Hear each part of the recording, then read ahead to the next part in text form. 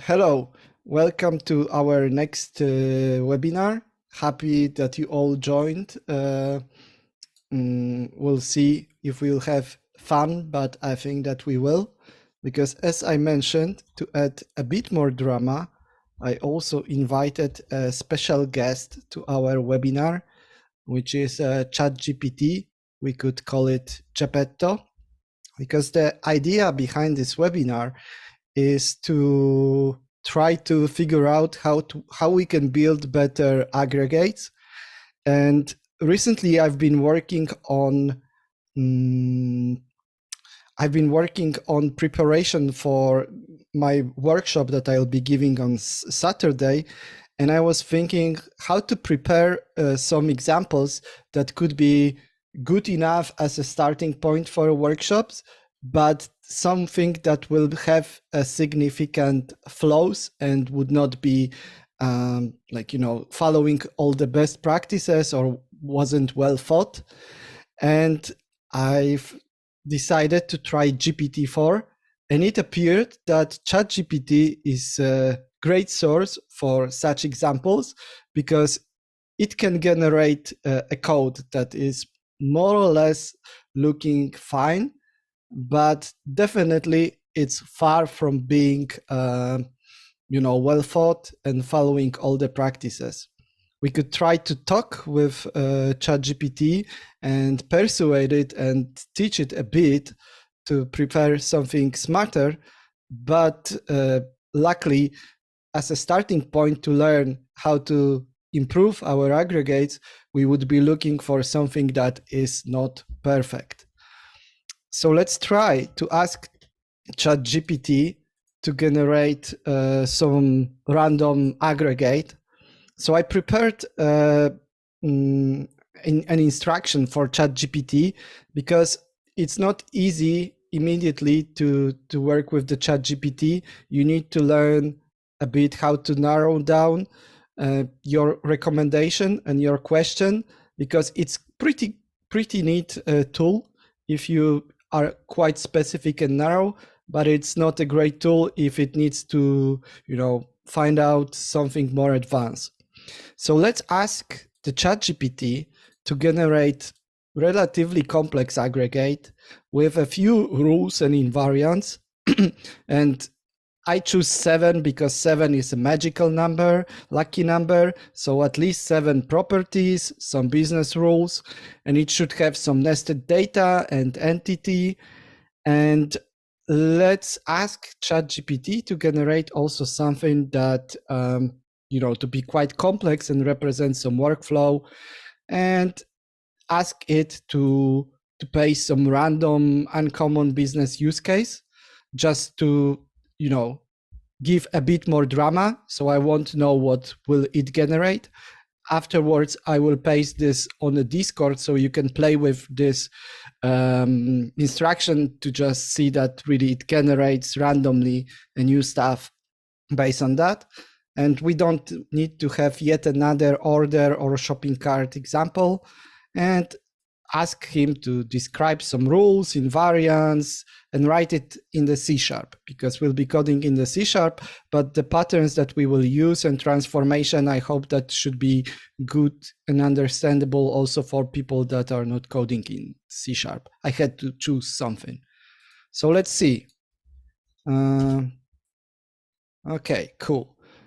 So I'm also curious what it will generate. Just to give you, it's not the fastest tool, and sometimes it's stuck. That's why I ask to provide code snippets into separate parts. Let's see what's the domain.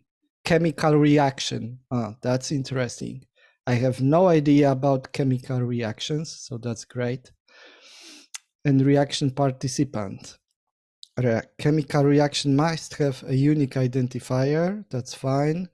At least 2 reaction participants. Total number of moles and reactants must be conserved through the process. And the reaction can start only if the non-started state and stop if in progress. Yeah, so I didn't expect this, but we'll see. So it generates classically looking DDD aggregate. So it has some properties that are private by default, exposing some public getters for the information. It has the non-default constructors where we are providing some initial data with some basic rules.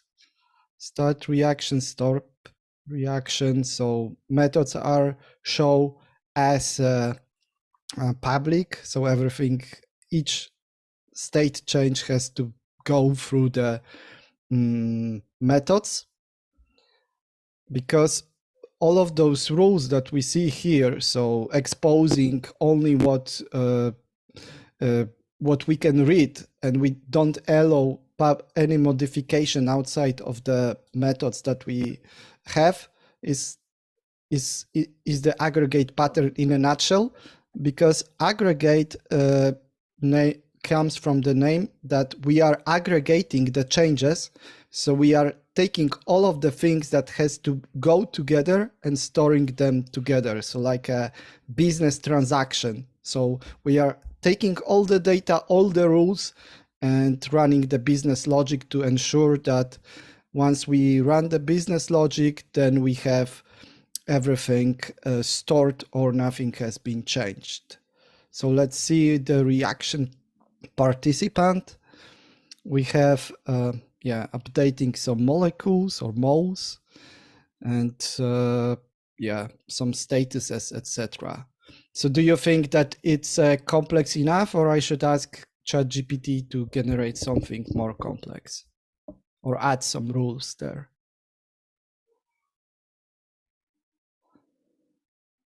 Okay, so I'm taking silence as good enough. So if you could just write me on chat that at least that you can hear me, so I would be at least sure that, yeah, great. Thanks, Ronan.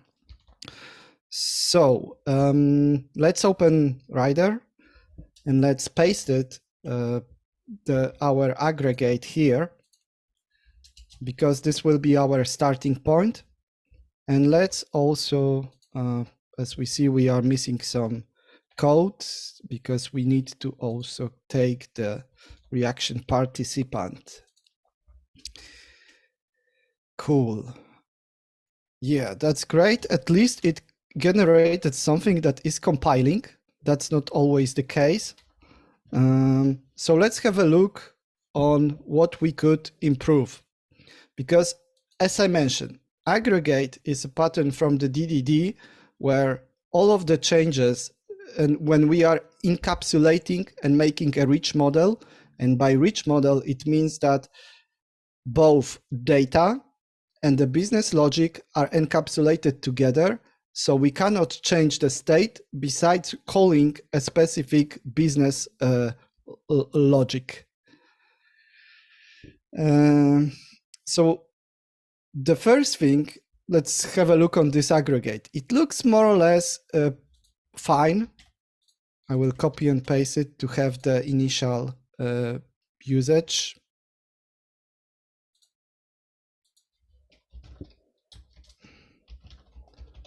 It looks more or less fine, and I wouldn't be shouting at anyone if someone designed aggregate like that, but we can do better than that.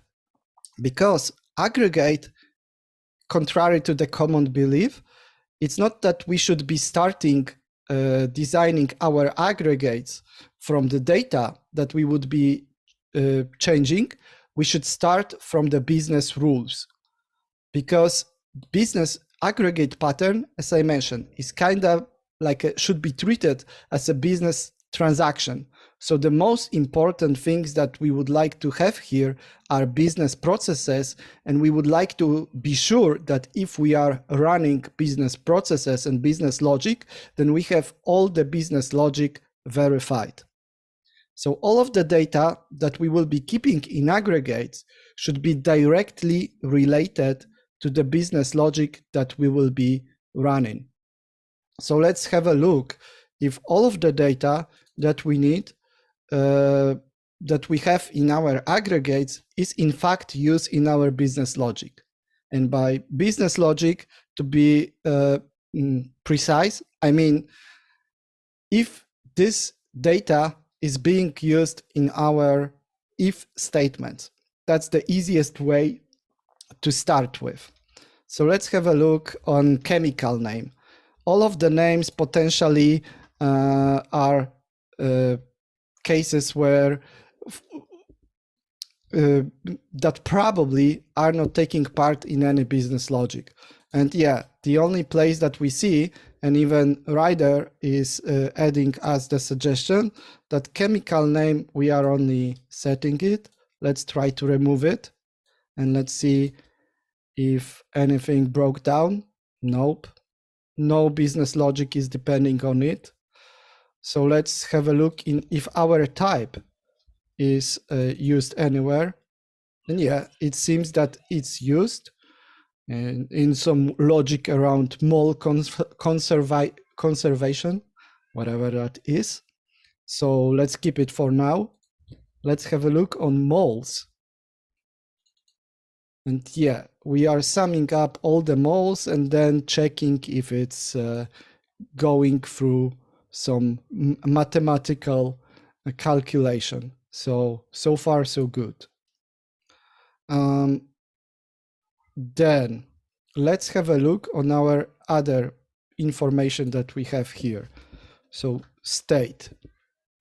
Okay, state, it seems that it's also taking part in the business logic. So it seems that for now, let's keep it. And let's try to understand what this business logic precisely is verifying. So what we would like to verify here, based on the business logic, is the summary of all the moles value for the specific type, in this case reactant, and in this case the participant product. So now the question whether we really need to keep all of those participants and all of the business logic, like all the nested structure, just to calculate sums and verify if some mathematical calculation is good enough. So what do you think? Do we need to keep this inner collection or not? How could you, do you have some ideas how we could simplify that or even remove this where statement and those sums?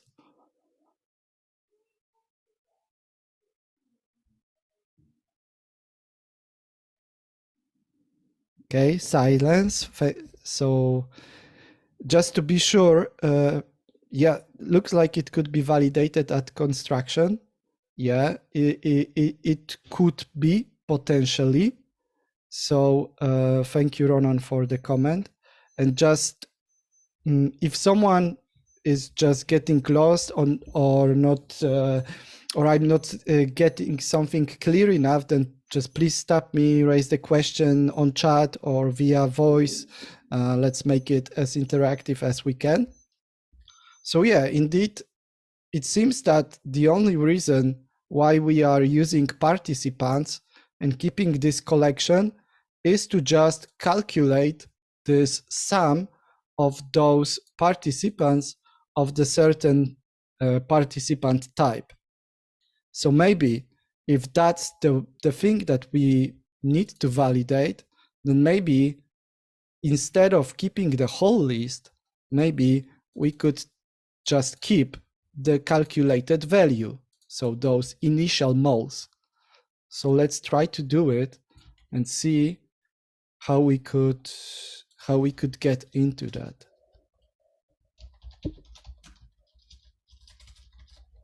Let's make it private by default.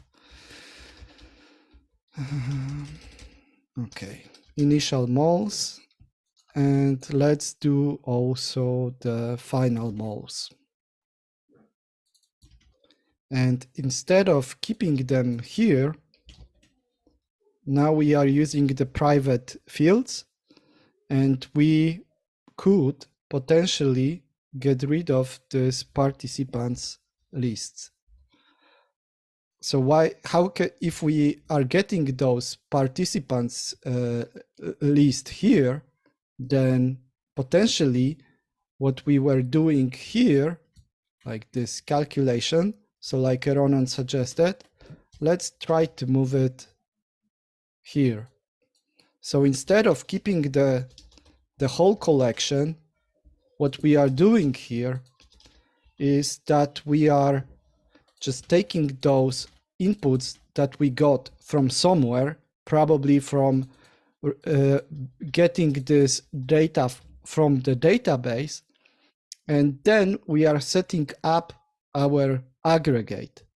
And if we are, the only reason why we are thinking on how to construct it, then it's here. Then if it's not changing anywhere because we are not adding here any participants, then maybe we could just provide it and put it here. And then by looking at this aggregate data, then it's pretty clear why do we, what is the data that we are using to validate and to run our business logic. So if we have this, so what we need for now is the state, ID, initial, and final moles, and whatever that is. Let's see if we could improve it even further.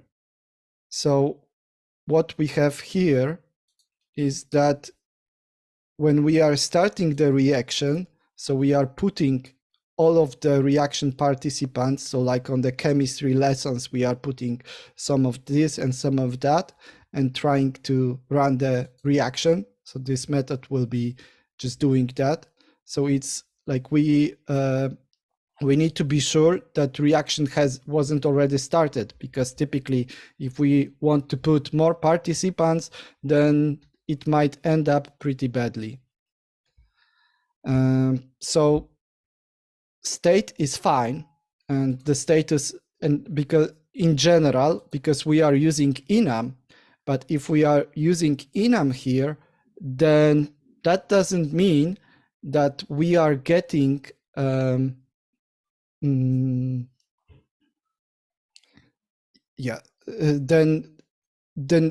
just by looking at this data, we are unsure whether what's the relationship between this, like this initial moles and final moles probably should be just calculated, like we are only interested about this information in stopping reaction, but not in starting reaction.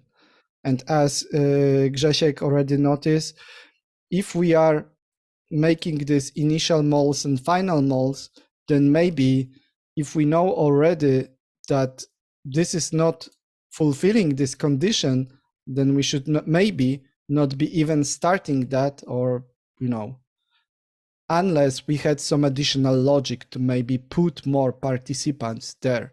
Then of course our assumption might change, but maybe instead of doing here,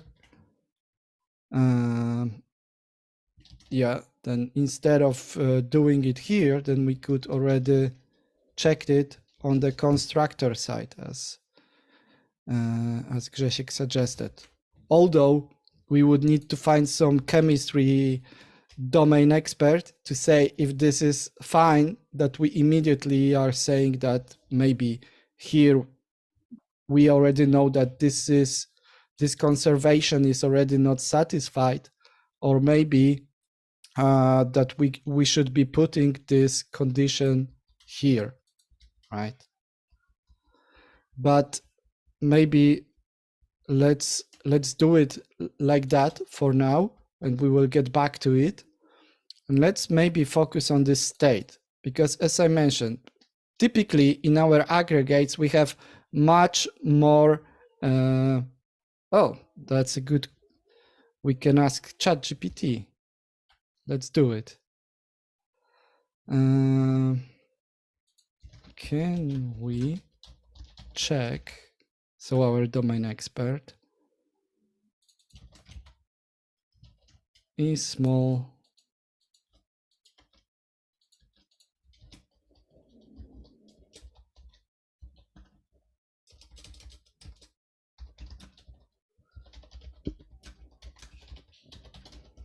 or each or should it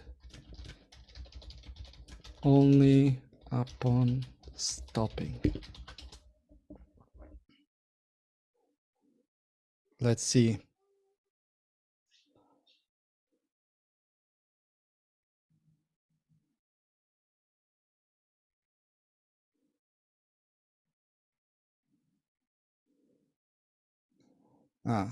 So it seems that we are also even lacking the possibility to add some reactants.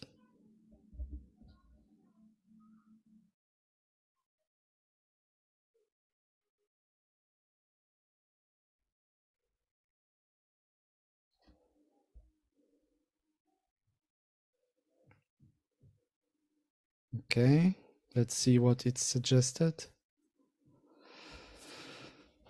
And as you see, this ChatGPT, even though it's the 4th version, it's not totally smart and doesn't have great memory. It's like quite often forgetting what it agreed. And the other thing about ChatGPT, it's ChatGPT is more like a yes man. So it's quite often when you ask ChatGPT about something, then it will immediately just say yes to what you defined. But yeah, if our domain expert, so ChatGPT, is saying that it's fine to move it to constructor, then let's do it. Even though the scenario should be quite complex, then it appeared to be a bit simpler. But on the other hand, that's quite common also for our business scenarios, because when we are talking with our domain experts, then we might misunderstood or we might put more things into their mouth that they had in mind. So it's quite often good to ask enough whys and try to investigate, because it might appear that for our current needs, we might not need all of those fancy scenarios, etc. So if ChatGPT, so our domain expert, told us that we can do it, then let's do it like that. So now, once we get rid of this participants collection, we are just taking this participant information and ID here, then we might see that our reaction is in fact, or we could even change this into, sorry, we could even simplify that and even not store the initial moles and final moles, but make it just Boolean. So bool, and make it is-mol conservation satisfied, and just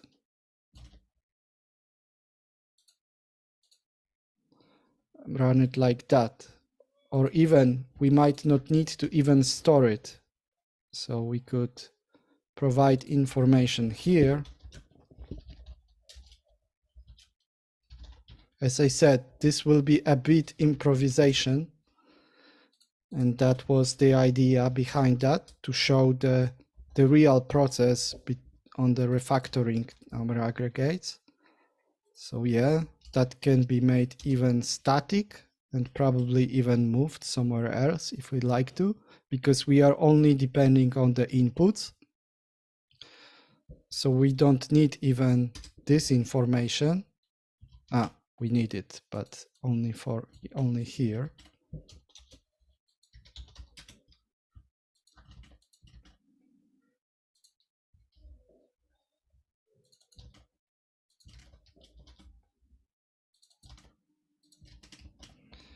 Great. And then let's try to think about this state, because this is in general fine if we have this state. And if we are changing, because those methods are simple enough, because the only thing that they are doing is just transitioning from one state to another. But quite often we might also get into the conclusion that our aggregates should have a different set of methods for a specific state, even different set of data for the specific state. Uh, because, for example, if we are starting project, then we should have method like a start project, and if it's already started, then we should have like that it's already. We should have method like stop project, etc. Or we might have rule that we can only define project manager only before we mark this project as started, then we cannot change this person, and so on and so forth. For sure, you know that rules and all of those considerations from your project. So what I'm going here is that maybe we don't even need to keep this anon, and we could make our chemical reaction class a bit more explicit. So we can make this aggregate abstract, and we could define two aggregates like class started chemical reaction, maybe not started, or chemical reaction maybe in preparation. That would be deriving from this class. We could also have started one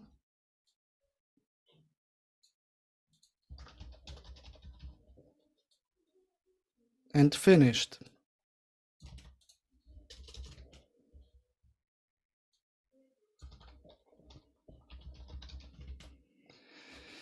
And let's make that all of those will have ID. Let's keep it for now. And we might not need this reaction state because, yeah, okay, not started. Let's keep the naming.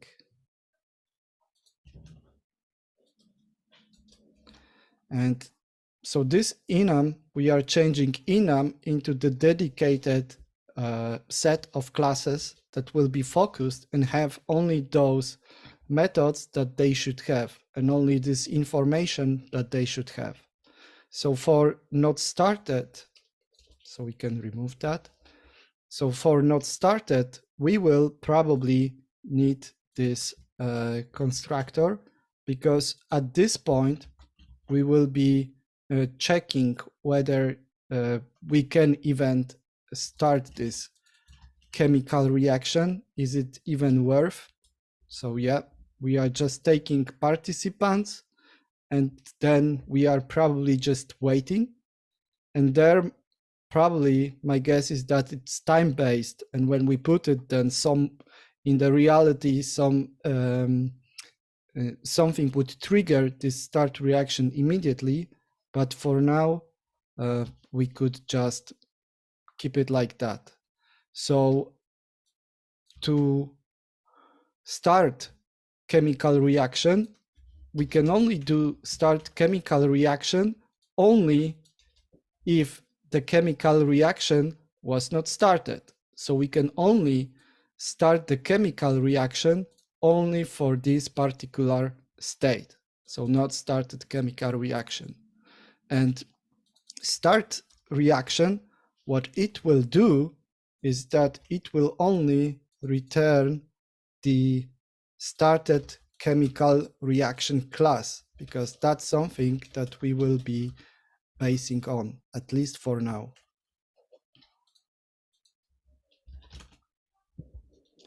Let's see what our started chemical reaction can do. And for started chemical reaction, the only thing based on our rules is that we can stop this reaction. And for stop reaction, we can just return the new state and call it a day. And for finished, we cannot do anything, right? Because the only thing that we could do is to just accept it as it was. So we already we changed this quite complex scenario into a much simpler scenario, because maybe simpler is a dangerous word, but we got, in fact, the state machine. So state machine that is just transitioning and that it's only exposing the methods and the approach only to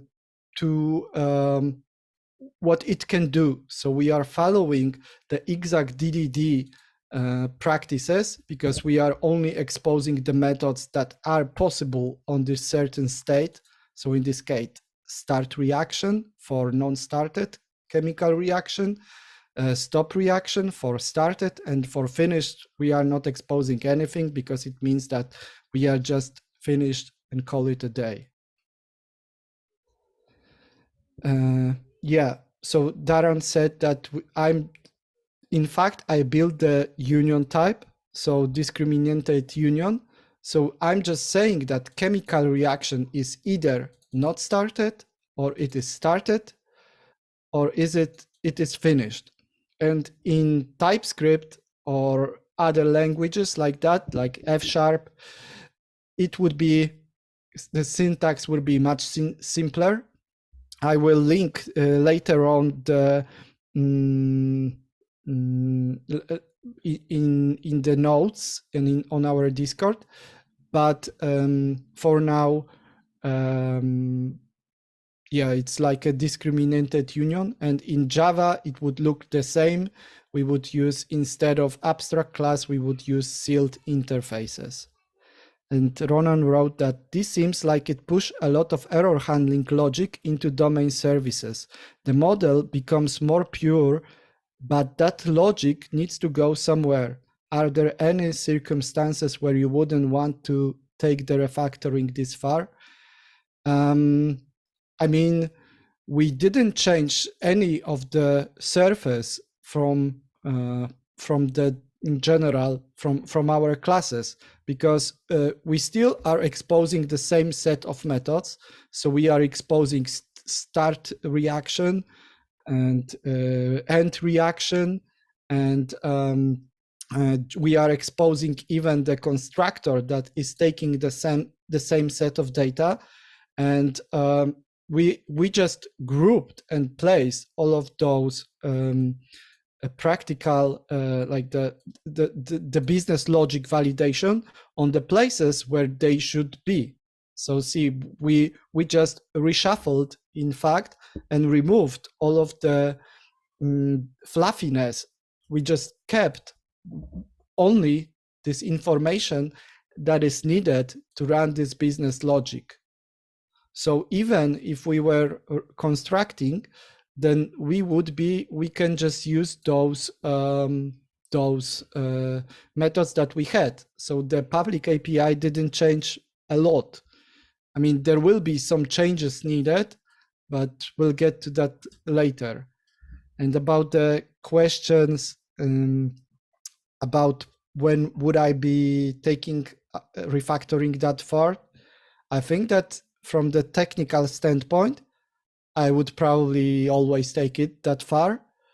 But from the human standpoint, sometimes the project convention or how the people write their code or general stuff, it might not be the hill that I would like to die on. So sometimes I'm just saying, yeah, that's okay, because in the end, it's just a tactical pattern. So it's like how we are writing our code, which is important, because then it's also a way to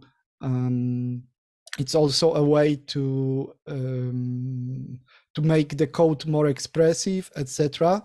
But in general, as I mentioned, the code is doing the same stuff. So if something is working and people are fine with following this practice as they do, then I wouldn't probably change it then.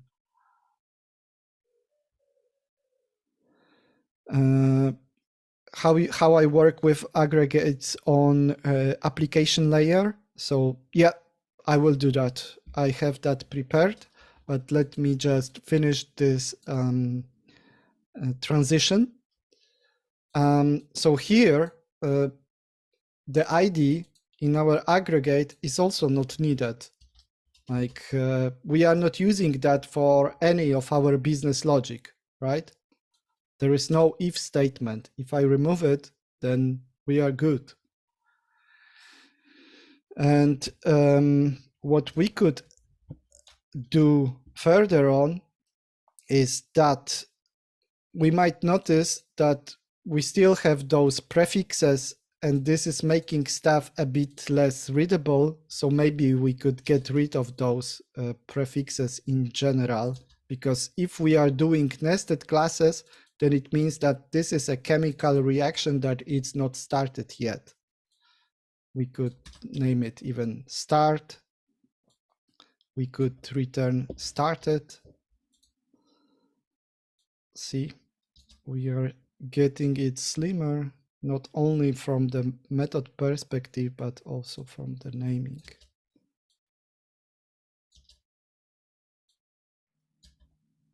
Yeah, so that's more or less all.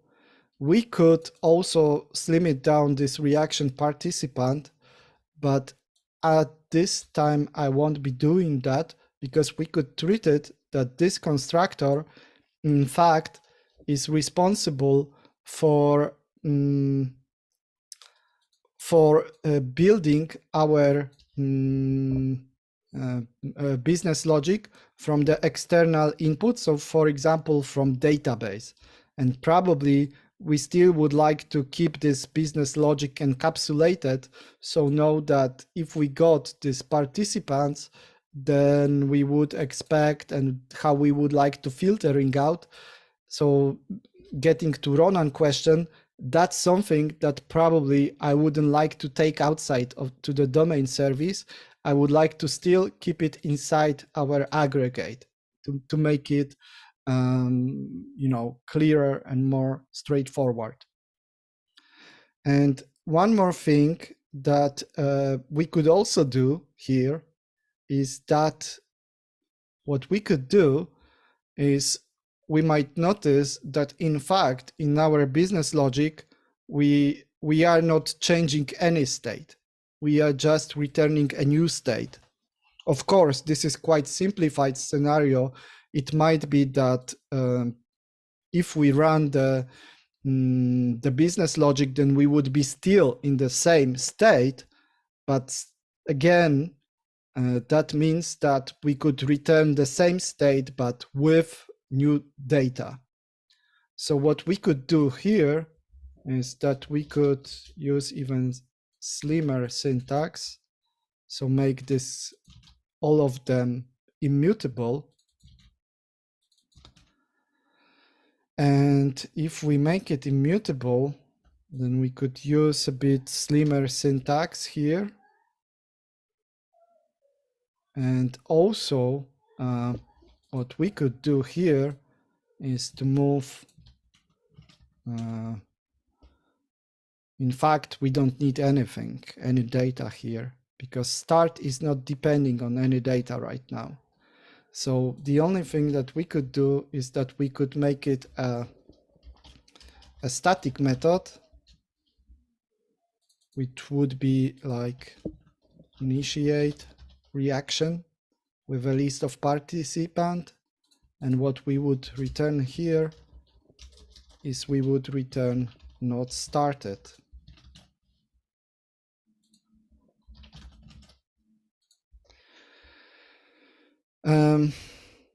And yeah, then we would have this returned new entity. We would have still like, this quite slim syntax. So we could have it like that. And but it's still not looking like, let's say, it still look quite cluttered for me.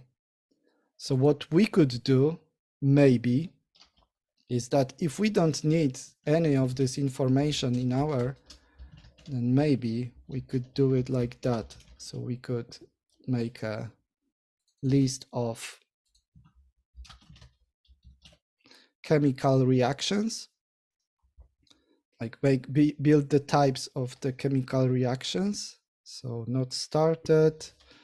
Then we could take this record started if we'd like to. Maybe let's keep it like that for now. We will get later on to that. So to sum up, what we did so far is that instead of keeping, this older aggregate, so it looked like that. So it had all of the list of fields where some of them were just used for, for the potentially just for reading. Some information were mixed together. We had to put all of those if statements here because our types were allowing to do potentially modifications on the states that we wouldn't like to have. Then we had to do all of those ifs and repeat all of those ifs in a different, various different places. And we also removed some of the data from the reaction participant. And in fact, what we could do even is that we could even slim it more if we'd like to, because we don't need this information. And we could even take this whole calculation logic outside if we'd like to, and just provide it here, like the initial moles and final moles, and call it a day. But I think that it's fine to just keep it as it is, because then we are still encapsulating the business logic. And we replaced this aggregate, like this big joint aggregate, in fact the state machine. And the state machine contains of really simplified states like not started, started, finished, and methods that you can do. So like start, stop, and finish only are possible in the certain states. So what we achieved is that we got the predictable types also by making them immutable, because if we have instance of this class like not started or finished, and if it's already created, then we know that it's following and fulfilling all of the business rules that we defined. So we can trust those types, and we don't need to repeat all of those if statements in various places, especially if we are using like a nullable reference types. Then we don't need to check everywhere whether this this data is correct or not, because we are validating it upon construction. So besides the question from Grzesiek about the command handling logic, do you have any more questions, concerns at this point? Or thoughts? What do you think about the current state?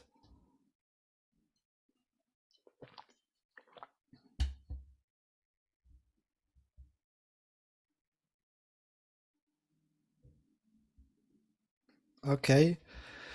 Yeah, Darren asked that I dropped the identity. What's that mean for the nature of aggregate by itself? So this is a good question. And that's also something that it take me quite some time to to pass that phase. Like in most of the cases, if we are just using unique identifiers, then we don't have any business logic inside the aggregate to verify whether this unique identifier is correct or not. We are just assuming that this is correct. Maybe we have some logic to validate if this unique identifier is not empty, but in general, we are fine to just take it as it is. So this is more for identifiers in general are much more useful for the storage engines, because we need to know which aggregate we would like to get, and we would like to know for example, make some set-based validation to ensure that there is no aggregate like that registered. But in general, they are rarely useful for the cases where inside of aggregate by itself. The distinction from what I said is identifiers that are defined in some pattern. So for example, if our chemical reaction would have identifier that consists of the identifiers of a joint identifier of all participants, then maybe this could be useful to keep inside of the aggregate, but maybe not. Yeah, so Darren wrote that makes sense. So it's a parameter to get and save, not a property of the aggregate. Yes, most of the time, that's correct.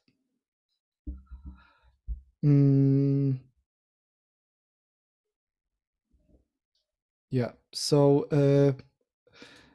yes, let's go, Grzesiek, to clear up the confusion around the aggregates. So I provided two repositories. One is the entity framework, the other is Mongo. Do you have some preferences? We won't be getting much far into any of them, but you can choose. Okay, maybe EF.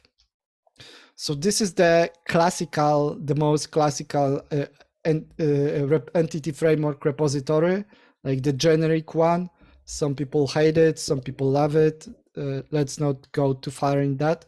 But the thing that we clearly see is that it has like the CRUD method. So get by ID, add new aggregate of the certain ID, and update and delete.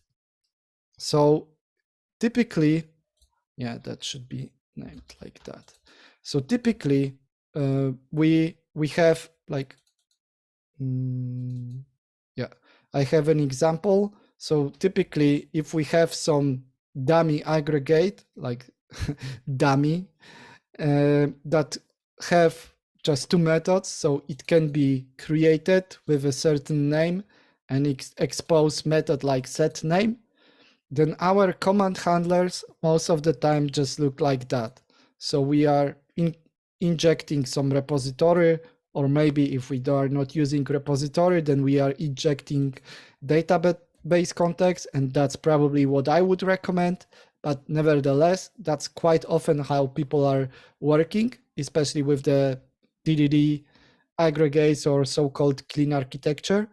So most of the time, we have two types of commands. One is to add new record, and for that, we can just call add async from repository, which takes the newly created aggregate. And for the other, what we would do is that we typically call some method that does get an update.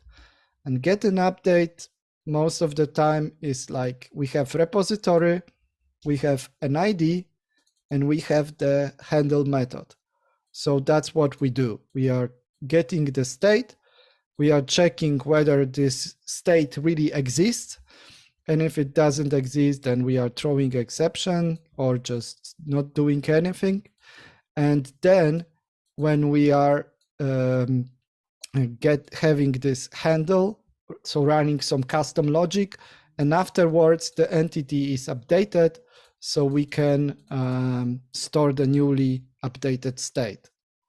So far so good, Grzesiek and the others.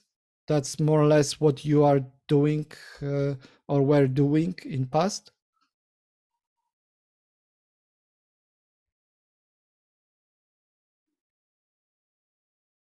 Yes, no. Yeah, okay. Thanks for confirming. Then let's try to use our chemical reaction here. So for the chemical reaction, this is our command handler. So let's not use this dummy aggregate, but let's use this slimmed one, or maybe let's start with the regular one. Then we would inject this repository, and then we would probably, for the newly created, we would call the constructor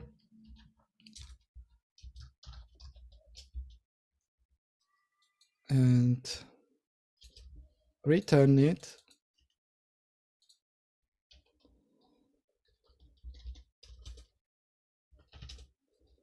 Thanks, Ronan. See you. There will be recording, so okay. Yeah, so in general, we would put here everything what we need.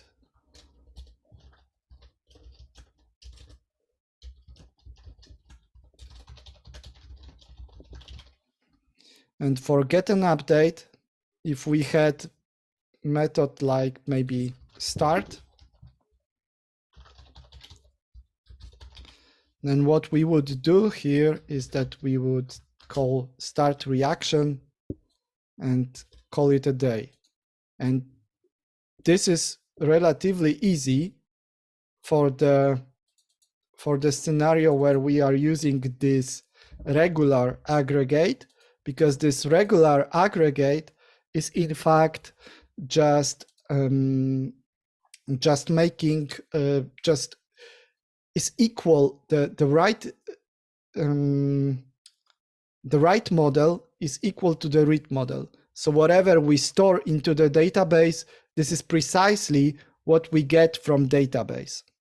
So if we were doing this approach with the updated value, so with this slimmed down value, then we would need to make some custom logic to get the data and read it from the database.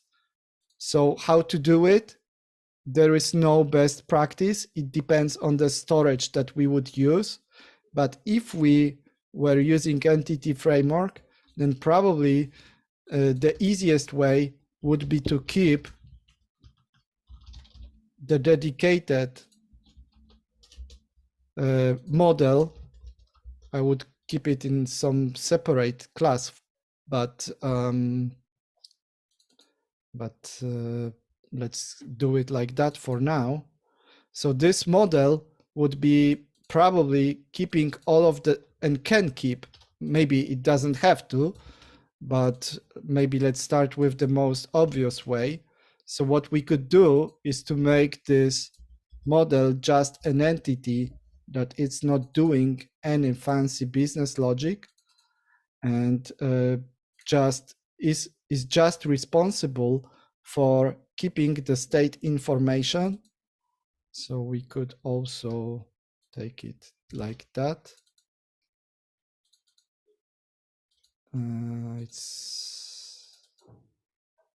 It's here.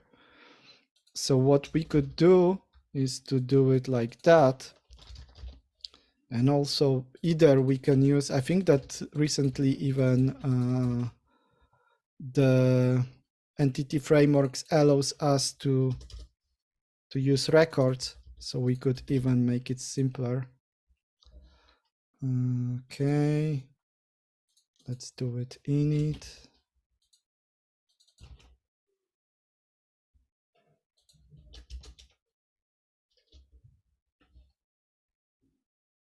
Yeah, we could probably make it just a record. And it should work also with the latest entity framework based on my experience so far. So we could have it like that.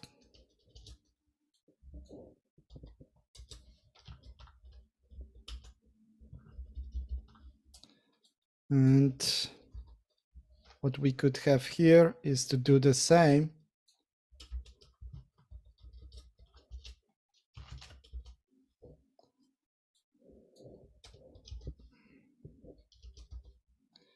And this one, this one, this one. And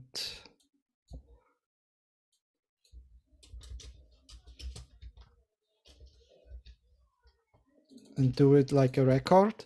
And then what we would need to do in our command handler, then if we would like to use this slimmed one,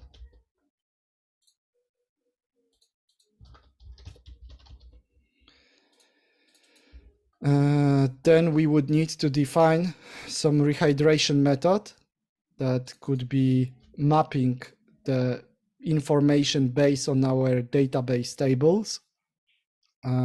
So if we are creating, then okay, let's go here.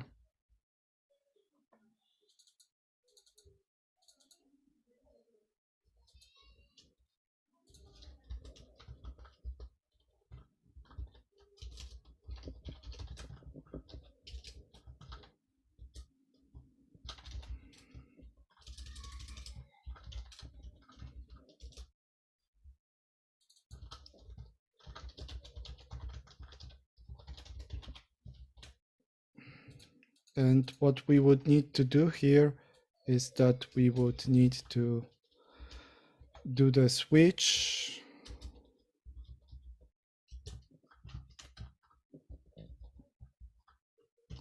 Maybe let's do it classically for now.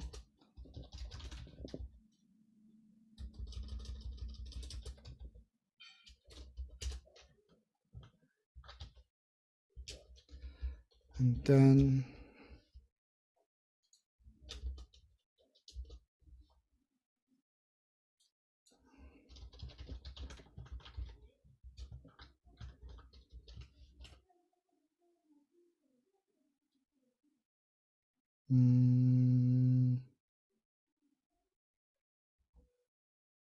what does that mean? I'm not sure, but let's not get into that for now. Yeah, it shouldn't have any arguments here.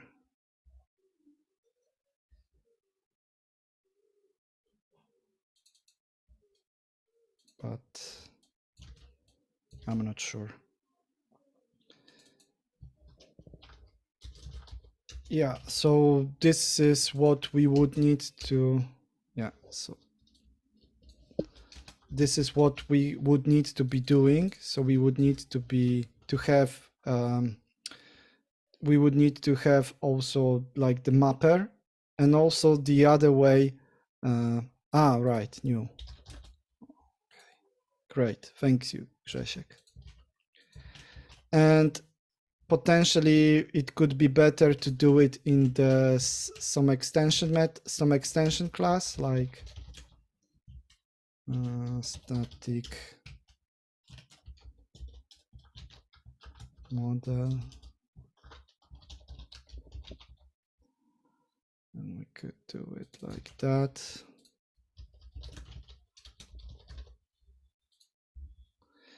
And then we would do, yeah. So it would be more or less like that. And then in this class, we could also do from. So from chemical reaction to model. And then we can still do switch, but we could do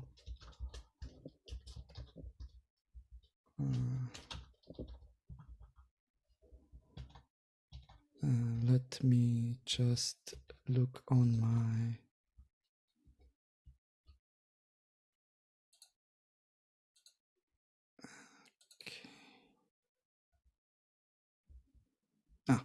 sorry, switch model.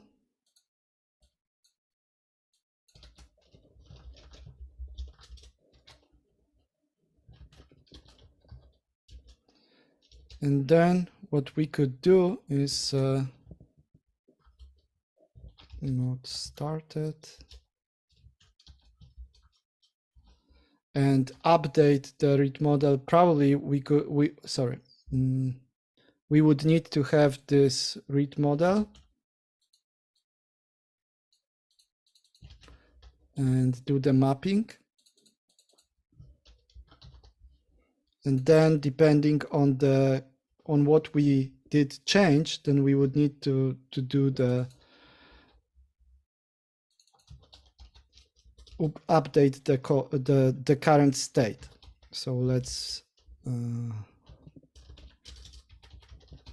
do it like that. And then if we switch,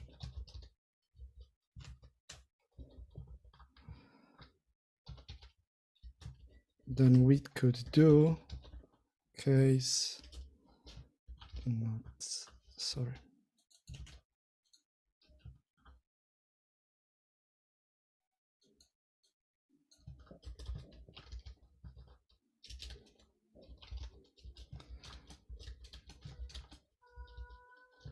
Then in case of not started, then we would need to probably just return this model.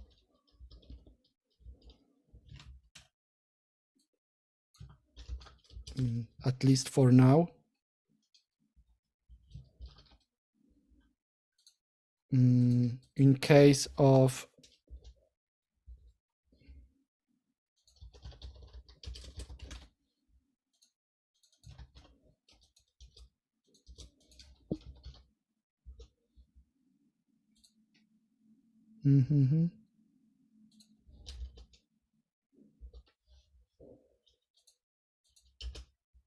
okay.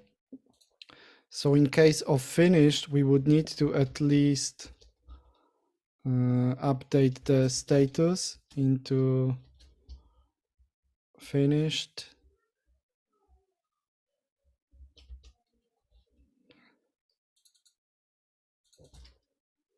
Okay.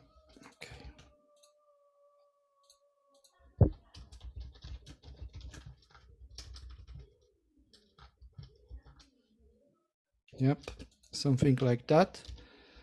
And then for not started, let's do it for later. And for started, the same.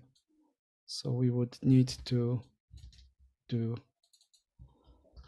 start in progress. Okay.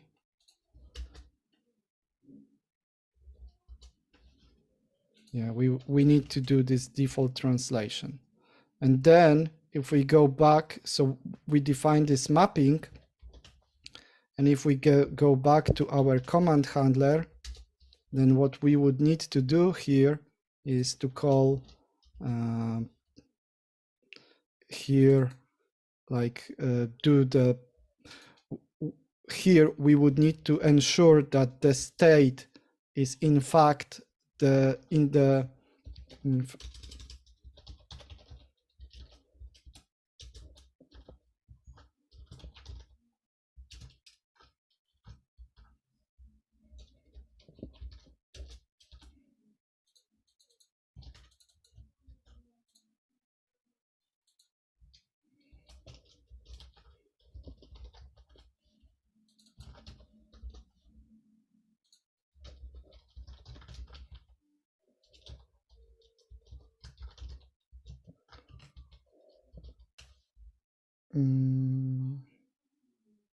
okay.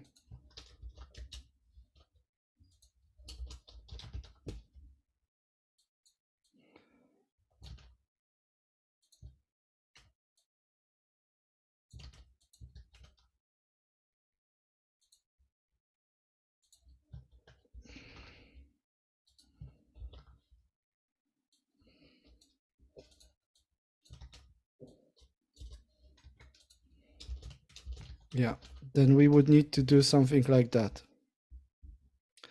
So then, yes, yeah, great. So then what we are getting here is that maybe we are getting a bit more code, but it's a bit more explicit. And the thing that we still need to do here is how to update the current state based on the aggregate.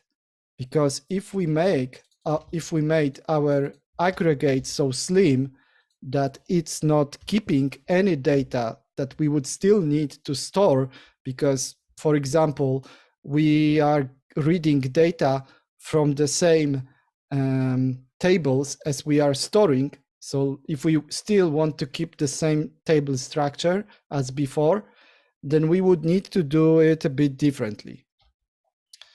Because what we are returning here is just new state, which could be fine, but it's not perfect. What we could do is we could define events. So we could define a chemical reaction events,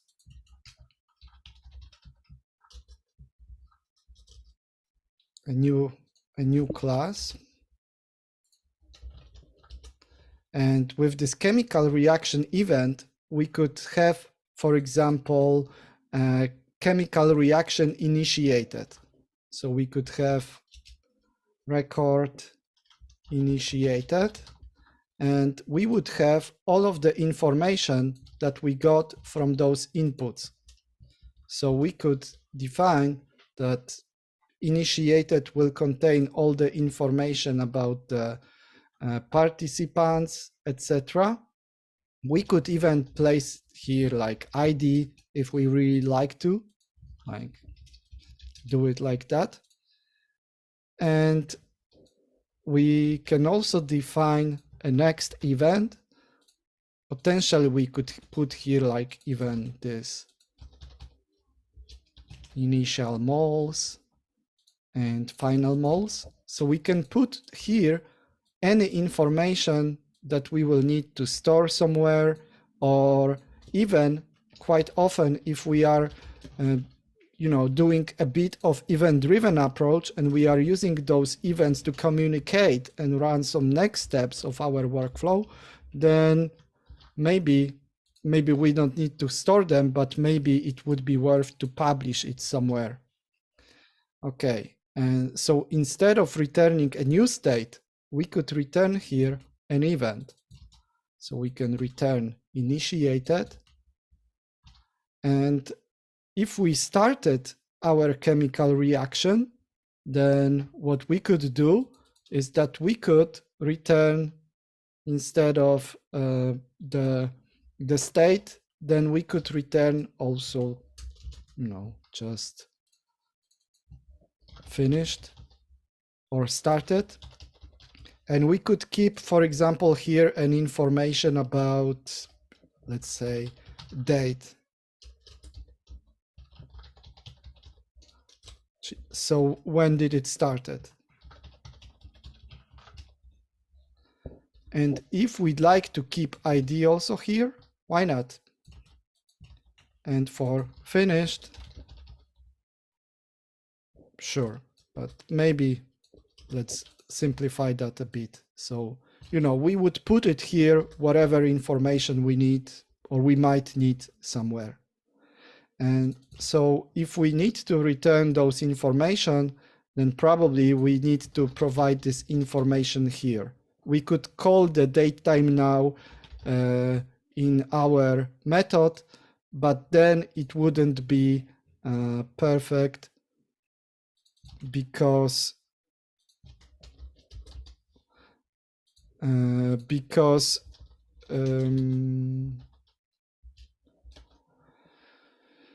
then it won't be predictable from the unit test perspective.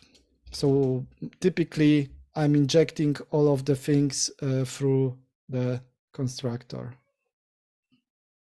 Okay, I'm not sure. Double.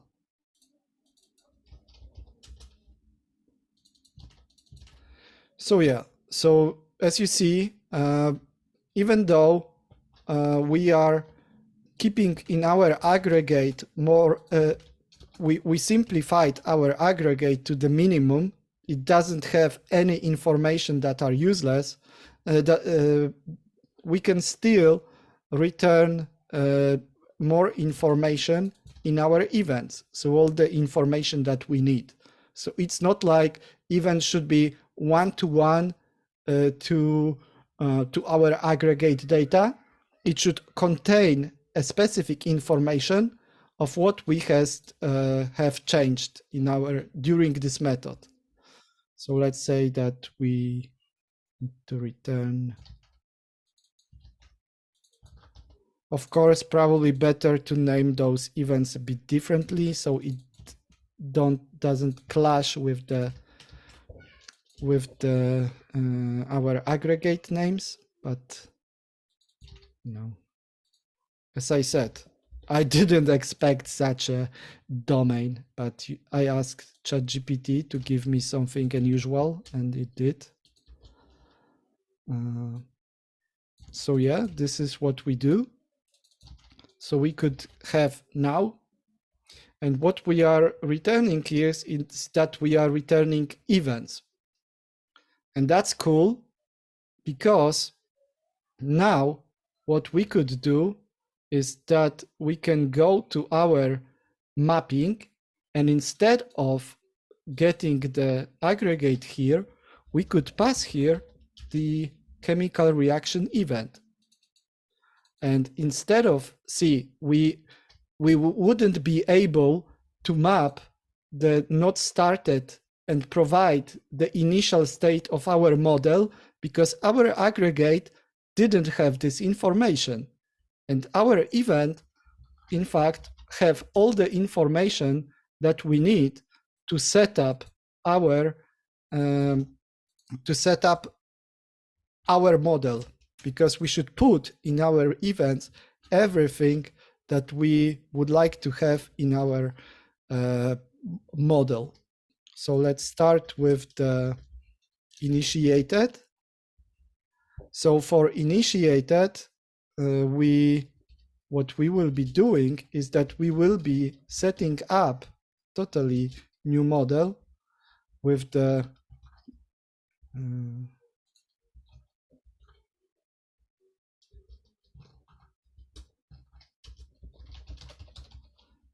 with the data from this event, and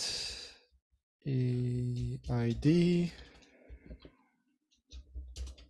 We would probably need to write the method to map those participants, but I won't be doing that for now.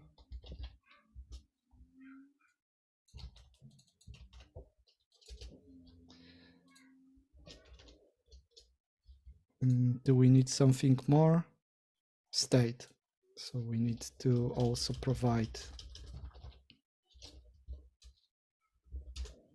So, yeah, so do it like that. Then for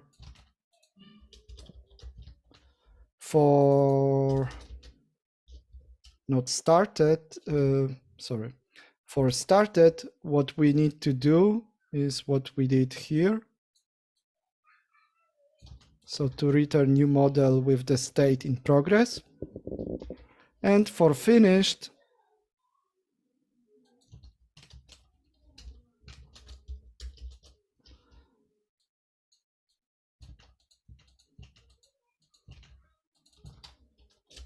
what we need to do is to return completed, and the rest we can remove. I'm not sure.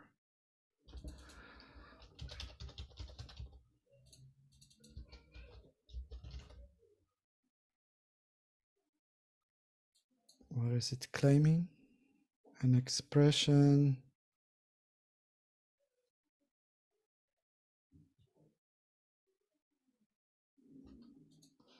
I'm not sure what's wrong with it, but probably some type name. is hub.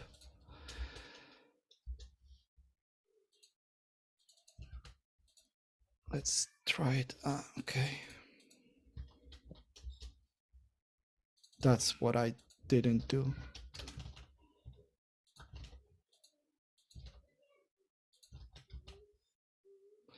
So yeah, that should be it. So now what we have is that we have the full mapping of what from our event into our model, and that's something that we can continue to generalize because it's really powerful tool, because we don't need to do just a mapping like with the automapper or other automated mapping. We could potentially, if we are using like NPG SQL, so Postgres, then we could inject even here connection, and instead of doing this mapping, then just call the specific statement like command and run insert into chemical and provide here all of the values. If we are using MongoDB, then MongoDB has a great granular atomic operations. So even though this looks a bit more, it looks a bit like over engineering, but in fact, it also allows us to have a super performant optimized information. Because if we go back to our previous, the initial version of our aggregate, then entity framework, every time we are doing some changes to this, it needs to track all of the changes, especially if we have some nested lists, some nested entities, then this might be quite a performance issue. And when we are looking on our repository, then what we are doing here is that we are always overriding the state, like always cleaning up whole state and just updating it with the new one. While if we had this more possibilities, then we could do it much more efficiently. Because if we have this granular information about our change, then we could make this mapping. And in fact, this mapping, what we are doing here, we could even call it evolve. And this evolve means that we are evolving our state based on the events that we got. And if we are using communication between modules and components with the events, then we are already getting that out of the box. And nomen omen, we could use those events inside our outbox pattern. So we have the precise typing that is not allowing us to perform any methods that we wouldn't like to have. And we also have the granular information, so all the details about what we might achieve in our system. And we could even generalize that more if we provided a command. So all the information that we will be doing. So here it will be, so let's define commands. So like finish, start, and initiate. So this would be our commands. And we could define, yeah, and Darren said, 15 minutes ago, I was asking what would hold you back from going fully event sourced here. Yeah, we could go fully event sourced here, but it's not required and not mandatory.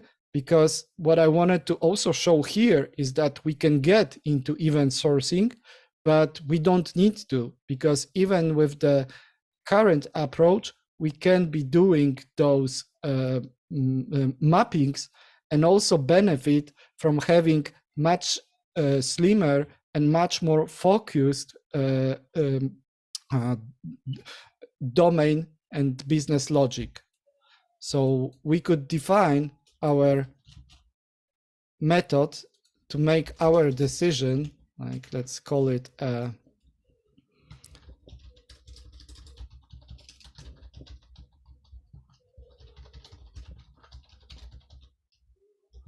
and chemical reaction service would have only a single method, which would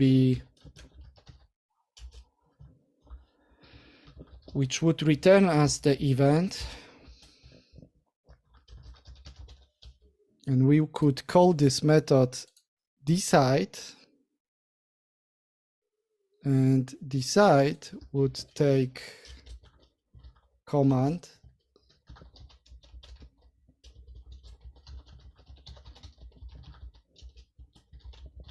and our state, so chemical reaction aggregate,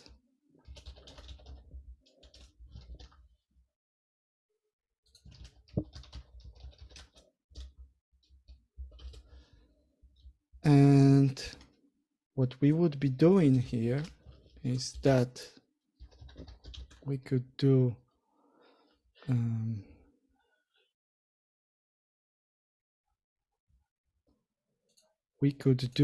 switch on the command,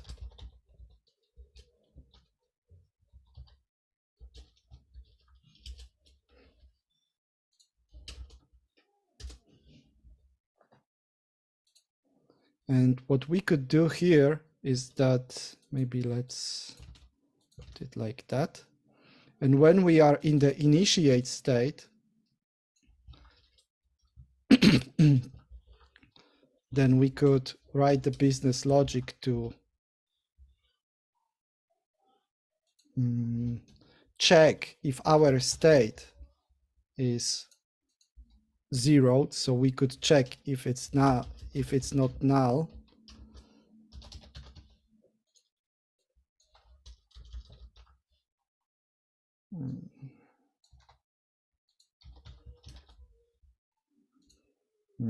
I don't remember the exact syntax, but bear with me. So if state, then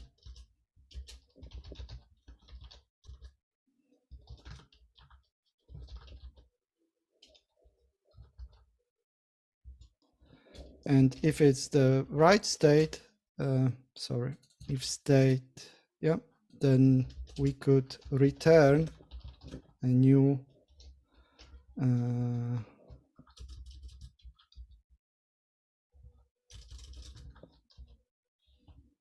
sorry, it should be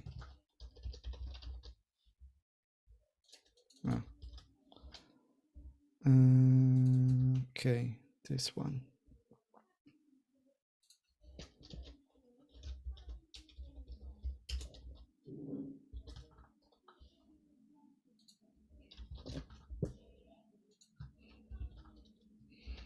And of course, we would add something more here, right? And for the other case, we could do precisely the same. So we could verify if our state, if we expect to start only on not started, so we could say that is not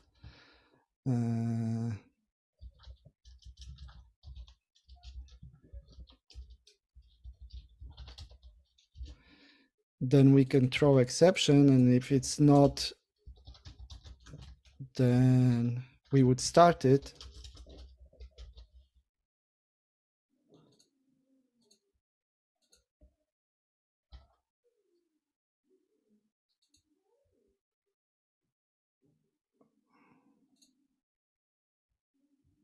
Yeah.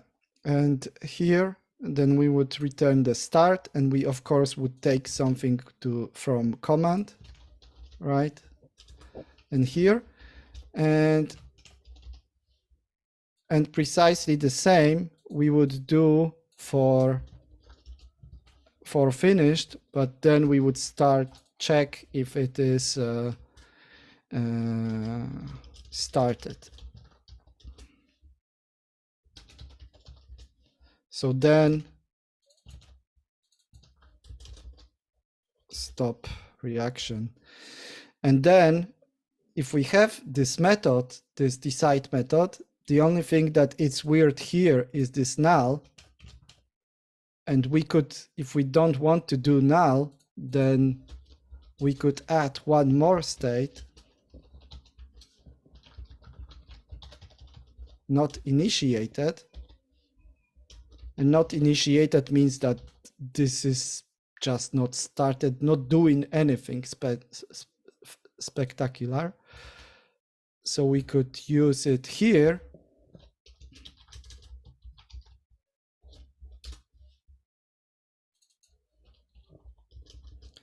And if it's not initiated, so if it's any other state, then we are just throwing exception and call it a day.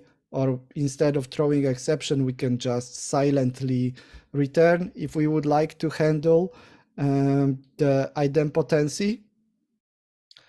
And so here we could use this method in our command handler, and we could even pass it like that. So, yep. So we could do it like that, or if our state was this not slimmed, but this chemical reaction model,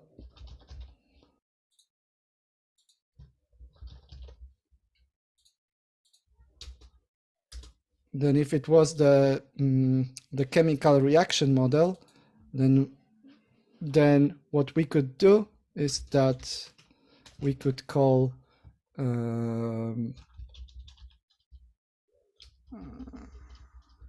chemical service decide, and then we could do state to chemical reaction and pass the command here. And then we would store this result. So we would need to just do the same. Or we could even generalize it and, do the mapping automatically, etc. So this is quite a powerful pattern, because we could write even the wrapping around this decide method, etc. And we can reuse those events. Based on those events, we could make granular operation. For example, if we are not using entity framework, but Mongo, then those granular operation allows us to, for example, say that just add new record to this nested list. And the same we could do even with our ORM. Instead of keeping the track and getting the performance degradation and letting entity framework to generate those tracking and weird SQL statements, potentially we could just say, just add it to this nested table, or we could run some custom SQL statement or store procedure, etc. And we can reuse those events for the integration to publish those events further on, and so on and so forth. And of course, we could end up in the event sourcing eventually, but I think that this pattern and this approach is even helpful if we are not doing event sourcing, because it's not only about some, making our code clear, clean, etc., and more explicit and more informing us what it is doing, but it's also about getting possibility to know what has happened. And based on what has happened, we can also get a really strong technical benefits like this updates, optimization, like in using those events to integrate with other flows. We could use those events to build some read models. And for example, when we have this this command handling, then instead of storing just information to the single table, we could keep the table as short as and tight as possible for our write model, but also have other dedicated tables that we could update based on those events. So we could benefit from event-driven approach also not only if we are using event sourcing, but also if we are doing in general implementation, not only with DDD style, but also in regular application nowadays. It's a must-have to have this possibility to join flows with events and with commands. So more or less, that's all what I wanted to show you today. Do you have some questions? Grzesiek wrote that he loves it. I heard a few times about the state machine approach, but this is the first time I've seen it implemented. Yeah, it's not so scary as it seems. And I really, it's like, let me prove it that in the meantime, when you will be asking, I hope, some questions, let me show you that really this chat GPT is generating different answers each time. I never get even the chemical reaction. So it was a bit chaotic, I know, but I hope that at least it's also useful for you to see that, you know, I'm not remembering all the syntax. I need to check it. I need to Google it. I'm not always making the right decision up front. So I wanted to be this webinar be really more live, more real, and to show that even in like an hour and a half, we can do the exercise and play and try to refactor. So if you'd like to do the same exercise on your own, I will paste that on after the recording and on our Discord channel, so you can just paste it into ChatGPT. The 3.5 is for free, I think. For 4, you need to pay. But yeah, will I provide the complete example? Yeah, I will. I will post what I have right now, but the complete one probably will happen after the weekend. I won't be able to do it before Monday, but yeah, I will do it. And the recording, I think, will be tomorrow. Darren, this approach, this other pattern state machine aggregate with discriminated union is very common over in F# land. Very clean and easy to work with, a lot of help from compiler too. Yeah, exactly. The issue, and the C# is the worst in that regards, because as you see, it's allowing to generate some of the switch patterns, but it is not discriminated union. So if I add new type, then the compiler won't automatically show me that I'm missing something if I have this default and I have this default, because otherwise it won't compile. So C# is not totally great. I understand that the syntax is not fully perfect. In Java, it looks similar, but in F# and TypeScript, and I'm also coding a lot in TypeScript, it's much concise.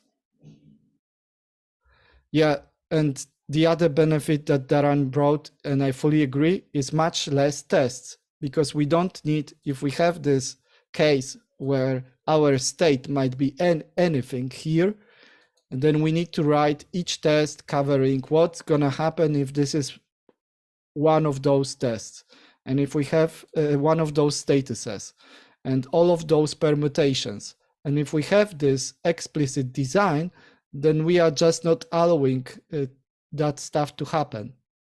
And especially if we have this mapping, then this mapping at the first glance might look tedious, but as we are creating those types in our code, then we won't be facing any issues around deserialization, around different data in database, etc., because we can check it here and do the anti-corruption or make some verification, etc.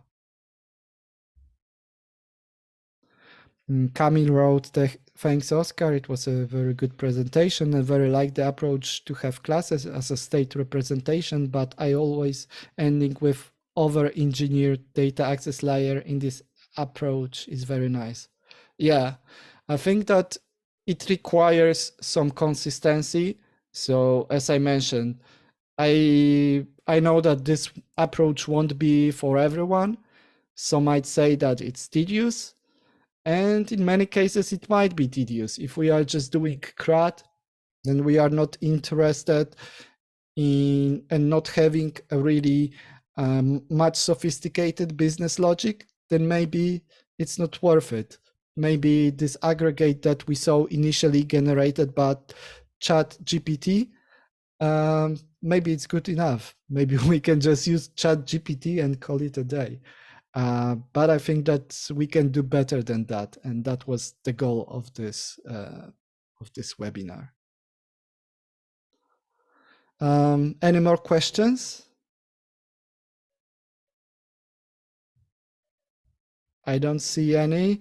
So thank you a lot for being here, for staying with me till the end. Happy that you joined, and as always, I will send the recording afterwards when it's uploaded. And yeah, the next time probably we will have some guests that will focus that not on the technical patterns, but more about strategic and the modeling. So we probably we will have external guests that will be doing some stuff with us, but let's keep it as a surprise for now. So thank you. Have a great evening. Bye, guys. Bye.